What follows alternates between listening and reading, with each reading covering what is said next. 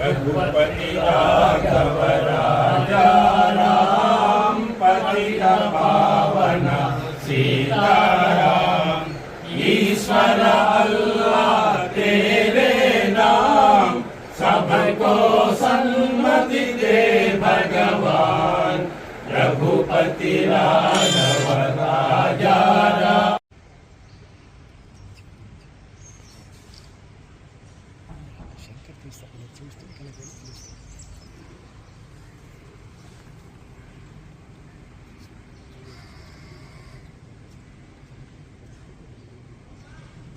దేశం కోసం ధర్మం కోసం అనే నినాదం బాగా పునాదితో ఉన్నటువంటి రోజులలో మొఘల సామ్రాజ్యం యొక్క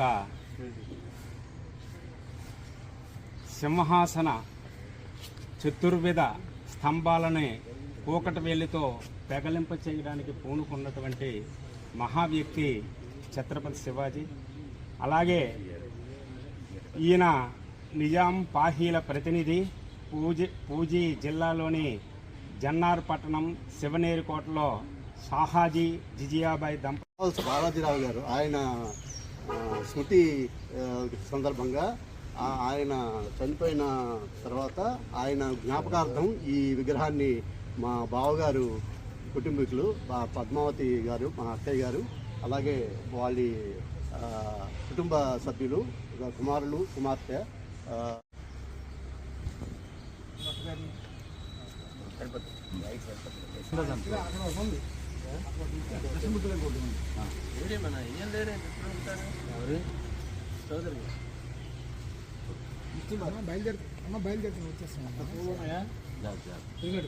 బయలుదేరుతున్నా छत्रपति शिवाजी महाराज की, छत्रपति शिवाजी महाराज की, छत्रपति शिवाजी महाराज की, मराठा वीर छत्रपति शिवाजी महाराज। जय बोलो జయంతి ఉత్సవాలు ఘనంగా రంగరంగ వైభవంగా సర్వంగ సుందరంగా అమరావతి దగ్గర తొంభరలో జరుగుతున్నాము. భారతీయ సంస్కృతి సాంప్రదాయాలకు, సనాతన వైదిక ధర్మానికి, ఆధ్యాత్మిక ఔన్నత్యాన్ని చాటి చెప్పిన వ్యక్తి శివాజీ మహారాజు.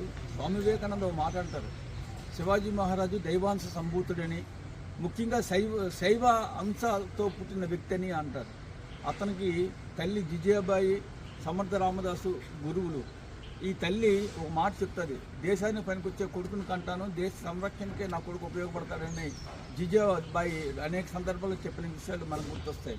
అదేవిధంగా హిందూ ధర్మ పరిరక్షణ కోసం పోరాటం చేసిన యోధుడు, సూర్యుడు, వీరుడు, ఇంద్రుడు, చంద్రుడు శివాజీ మహారాజ్. వారి కుటుంబ సభ్యులు అందరూ ఆయన శంభు మహారాజ్ అని కొడుకే కదండి.